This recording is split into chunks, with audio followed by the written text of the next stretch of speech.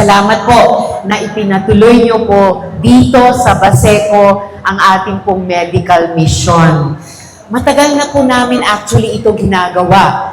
Baka maalala kahit ni Councilor Tolmac Ignacio. Simula pa nung pandemic ay sinimulan po namin itong mga mobile clinic at medical mission. Kasi po noon, napansin po namin, tayo po ay natatakot pumunta kahit pa po sa mga barangay health station o sa mga ospital. Pandemic diba? Pinapa-physical distancing tayo. Lagi tayong nakamask. May panahon na pinasuot pa tayo ng face shield. So marami po sa atin, kahit po may nararamdaman tayong hindi masyadong okay, minabuti pong sa bahay na lang, feeling natin mas ligtas. So meron talagang mga bagay sa ating kalusugan, hindi na po natin napatignan. Naintindihan po namin yon, kaya sinimulan namin po itong mga medical mission. Sa halip na tayong mga tao ay kailangan pumunta sa mga barangay health station o ospital, inilapit po namin ang ospital sa ating mga tao. At nakita po namin, sabi po na ating mga kababayan, nakatulong daw po talaga ito sa kanila. So, tinuloy-tuloy na po natin. Kahit hanggang ngayon na ilang taon na pagkatapos ng pandemic. So, siguro napatunayan po natin na kahit sa ganitong mas ordinaryong panahon na hindi pandemic, kahit papano, nakakadagdag po ang ganitong mga medical mission sa ating universal healthcare system. Siyempre, sa pamumuno ng Department of Health. So, bakit ba medical missions? Bakit ba mobile clinic? Ano nga po yung wini-wish natin sa ating kapamilya o kaibigan kapag birthday nila? Ano po yung wish natin sa kanila? Good health at ano pa po?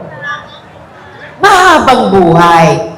Mismo, wish natin mahabang buhay at saka healthy buhay talaga. At yan din po yung rason kung bakit matagal na po nating ipinaglalaban sama-sama ang kalusugan. Dahil gusto talaga natin na mahaba ang buhay at malusog ang mahabang buhay ng ating mga kababayan. At bilang solo mom ng 4 na anak, kaya hello sa mga kapwa solo parents ko dito. Sino po mga solo parents dito? Ayan, hi sis! Hello po mga kapwa ko solo parents. Tayo po na nandito ngayon sa ating medical mission, alam na alam po natin kung bakit napaka-importante at maya't-maya urgent ang usaping pangkalusugan sa atin. Ako nga po, yung bunso ko sa 4 na anak na iyon, hikain po yun. Kaya ilang beses po sa nakaraang mga taon, kahit pa nung panahon ng pandemya at nakakatakot pumunta sa ospital, kinailangan ko talagang itakbo siya sa emergency room. Kahit pa hating gabi o madaling araw.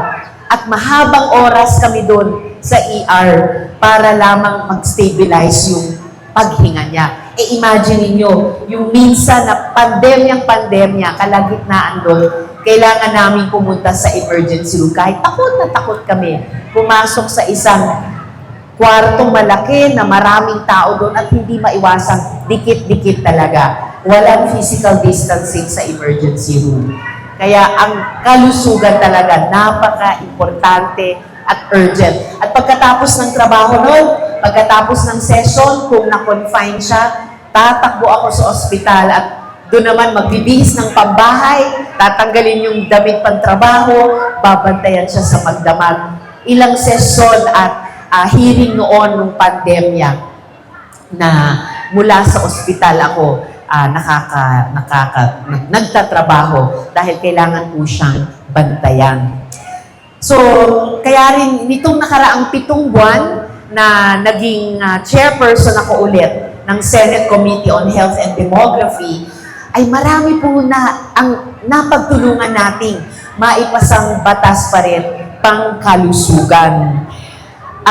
Isa na po doon yung Philippine Geriatric Center.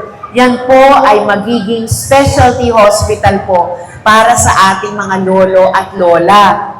At kasabay po ng Philippine Geriatric Center na iyon, balak po ng batas na iyon na magkaroon po tayo ng specialty centers din sa iba't ibang mga rehiyon para din po alagaan ang kalusugan ng ating mga senior citizens.